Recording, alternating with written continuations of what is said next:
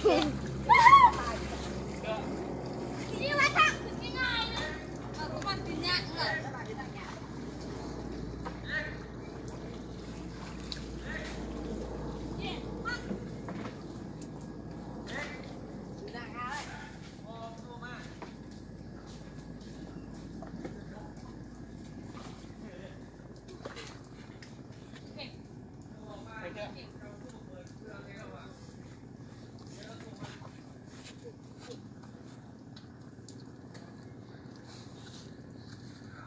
พูดเขาโหลดเงาว่าได้จะขึ้นไปฝ่ายชุดเอ้าหน้าตาเนี่ยยืนพวกไทยมาดู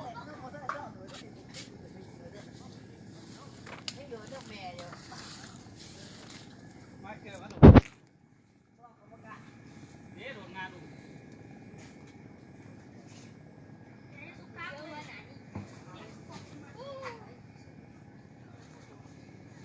เลี้ยงเลี้ยงงาไว้จะขาสั่นนะ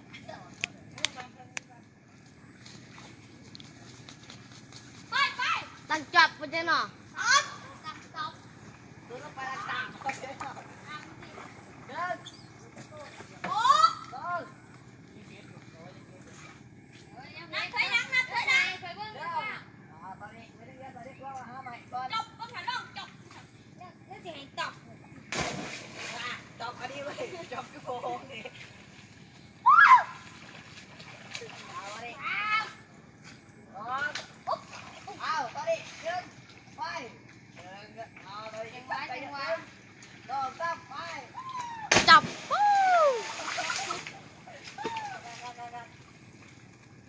หัวช่วยขึ้นเงิน เขาต้องไปได้บอกเกิดถึงงานอีก หัวจะแทนใจว่าติด ผมก็จบแล้วแล้วก็เสียงดังจบนี่นะกูเสียงจบเสียงก็เสียงจบ มิน จับ ต้องกว่านักขี่สิ นี่ อะไรงานน้องง่ายเว้ย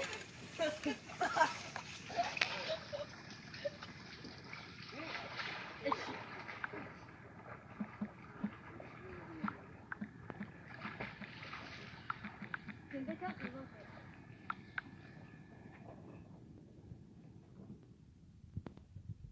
เทียบกับน้อยๆตัวนี้เด้ ย่าง านน้อยๆยังมาบึ้งกิน เป็นยากค่ะ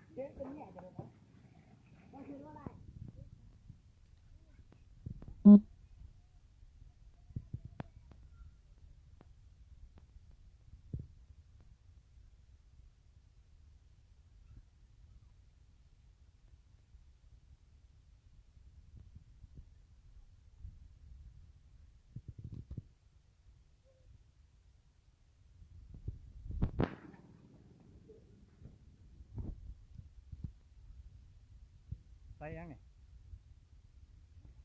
ใส่ขา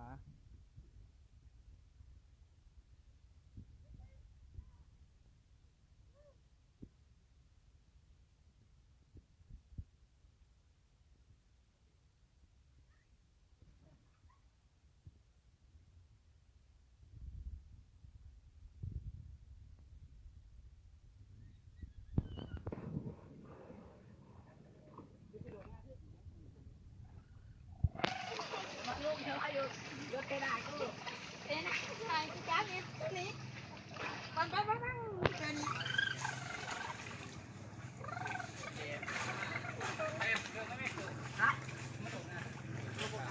โอ้บุกกะใจสั่น มิน หน้าตอนชาแกนี่ก็บุกกะโดนกันโยกเท โอ้ไรเอากดไรเนี่ยเด้อกดไรอาบน้ำมาสิมา ย่าขี้นะรถ กิโลตัวแดงมา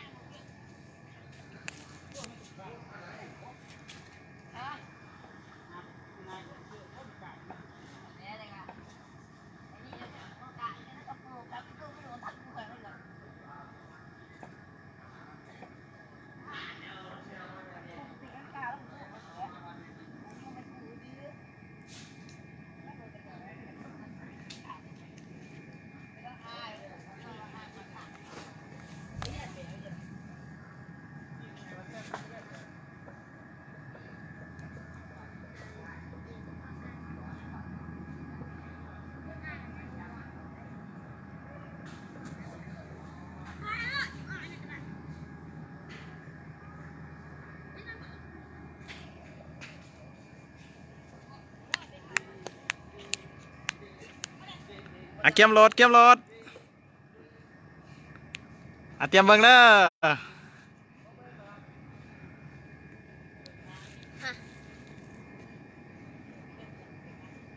อันนับเนี่ย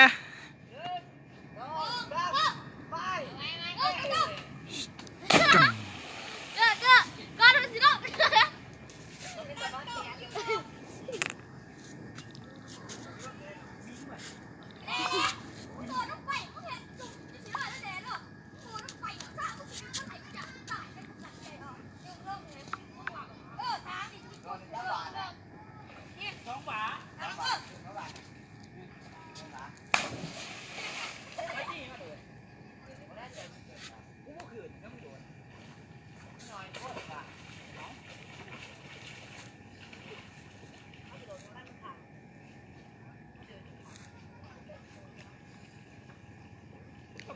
ในแม่น้ำคลองบ้านเฮายามแรง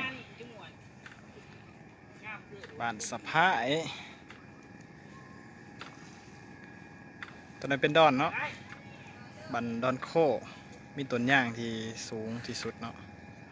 ไม่ได้ดอนน่ะจะมีต้นใหม่ต้นหนึ่งที่สูงที่สุดก็คือต้นย่างพอดีอยู่วัดเนาะวัดดอนโควัดศรีรัตนา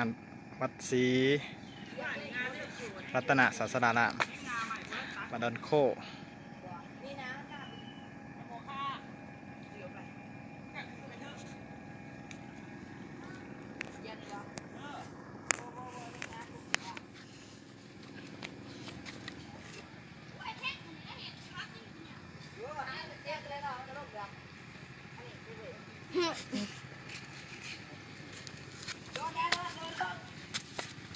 รถแรก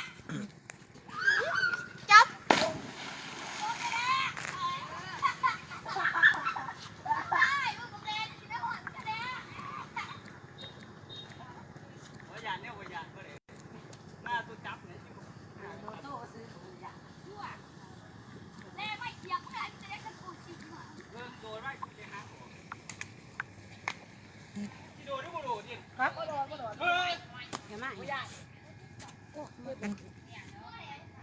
นี่เป็นคาเสียไปใส่ใหญ่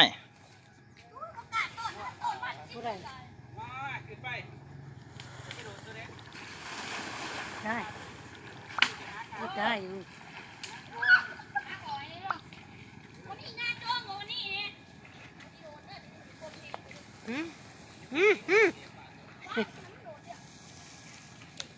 โอ้ยขึ้นมาดู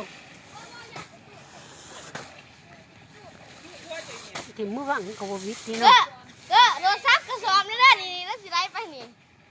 เอาไปบ่ไหวบ่วิทนี่นี่ว่าสิแกงมือว่าง ก๊อปนิ่มถิ่น ไปจ้ามันบ่วิทย์โอ้เห็นเขาอยู่บ่ล่ะ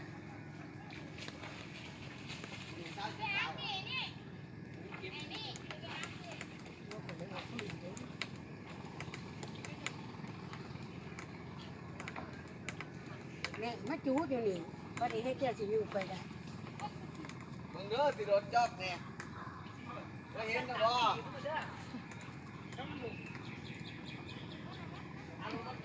สิโดนได้นี่เด้องานสูงบ่เอาอยู่นี่นะ บ่อยู่เถอะผู้ โอ้ยอยู่เรื่องบ่โอ้ยบ่เห็นโดนเด้อโดนเด้อยืนโดนเดินสองสามไป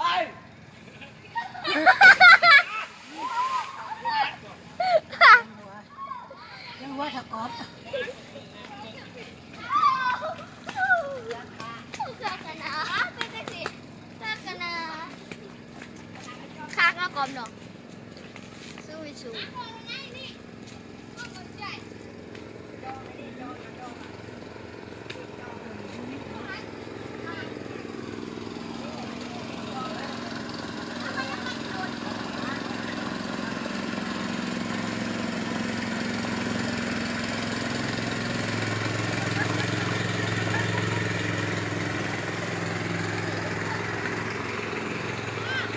คือบ่ไปดูน้ำคอสัตว์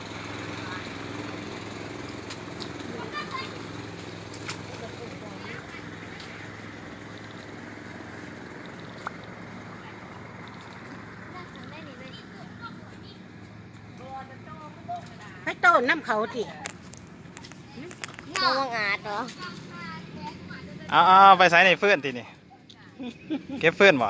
แม่พูดแต่เมื่อรัน เฟื่อนถึงไม่หลัง โดดกระมวนเลยดูอันน่าไปกะไปโดดยี่ช่างป่าน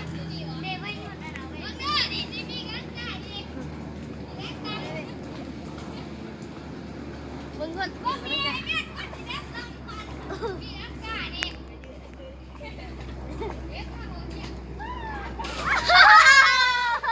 ดุยโซจอ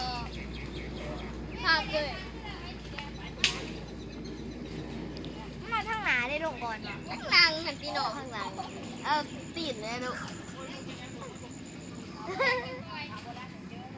ขั้นใดเพียงเหมือนได้กอบนะขั้นใดเพียงไก่ก็ตามใจ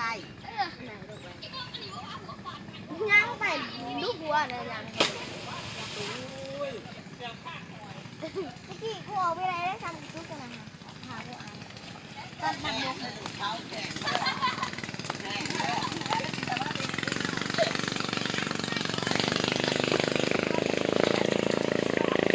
เอาป่ะจ้ะ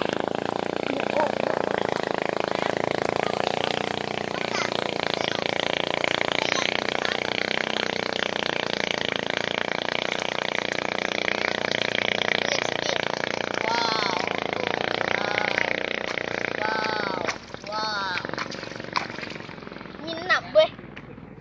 tốt quá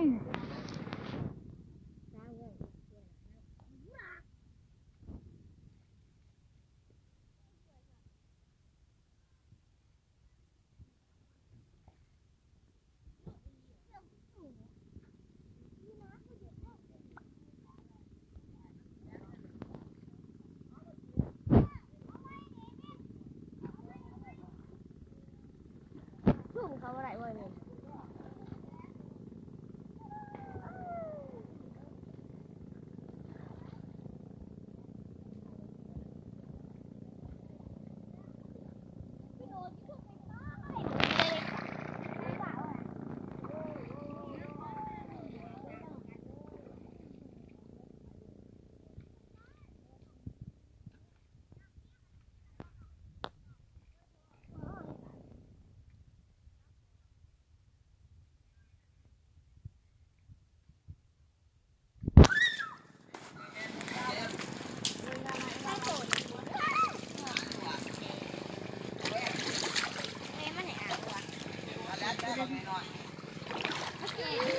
เจ้าคือว่าไปโดดป่ะเจ้า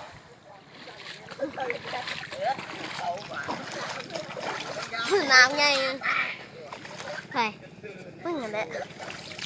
มึง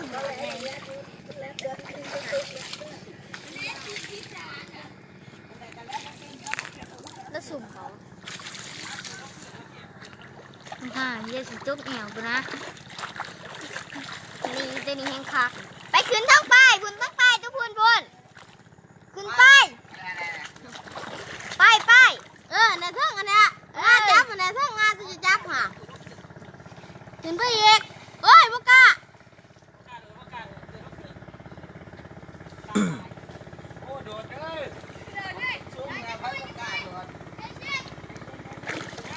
อะไรมั่วอ่ะ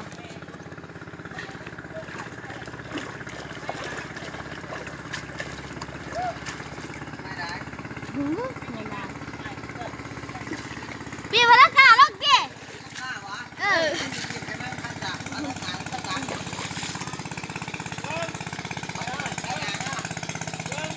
งสองมานับถึงก่อนสามเด้อสองสามโดด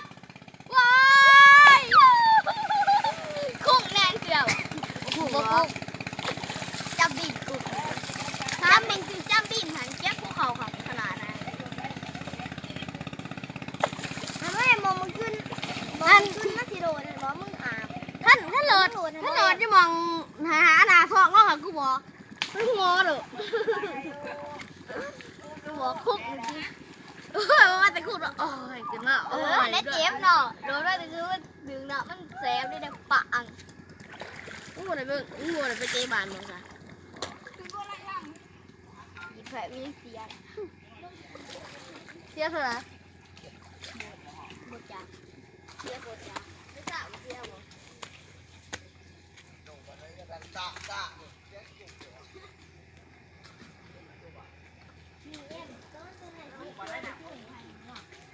ใหม่แบบนี้นะเคยเห็นเบ็ดใหม่แบบนี้เห็นเท่าไหร่เป็นไรมันอ่อนเนาะเฮ้ยเบิร์ดไปด้วยนี่ไปถึงนี่ไปอย่างเบ็ดปะไปโดดมาเอา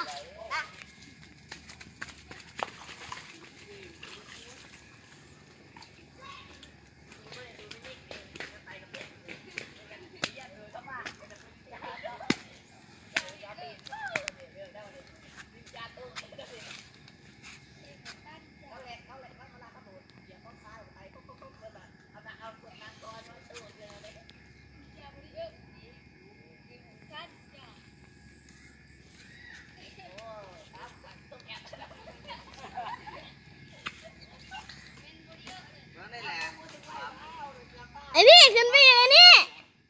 ไอ้นี่ขึ้นไปอีก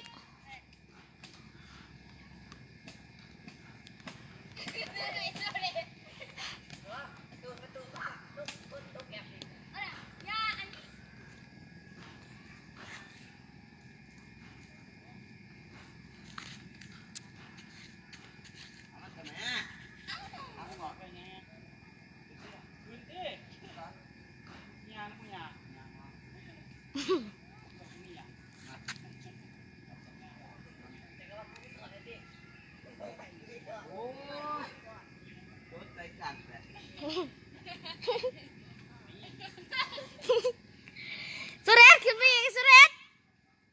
ขึ้นไปทางอีกขึ้นไปทางงานจะจับมันแหละ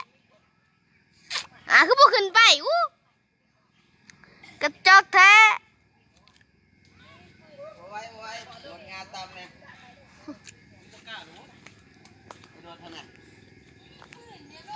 ก่อนงานจะจับไหนนี่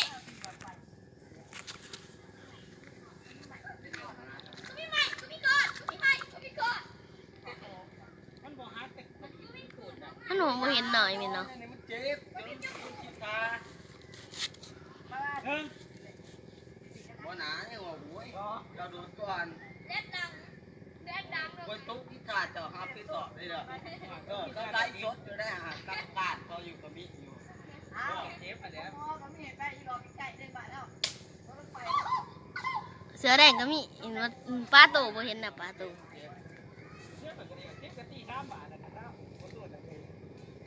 โอ้ยเนี่ยคือโดนงานเชื่อผมไปโดนงานต่ำ มาปีนลงมาเบิ่งปีนลงมา ลงติดตาเจ็บเลยไปบ่ได้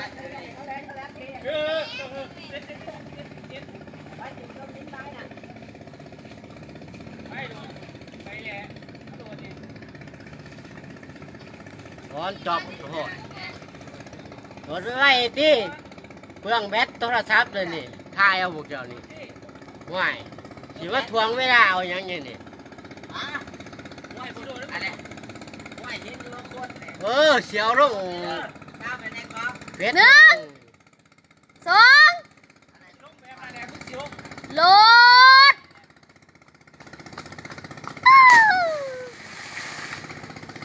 มินมาเกินอ่ะ สุดยอดก็หอมหอมเนี่ย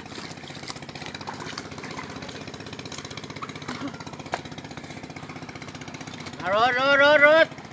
บ่ต้องทิ่มห่างกันหลาย ต้องบอกน้องน้อยด้วย โอ้ยหาอะไรกันล่ะ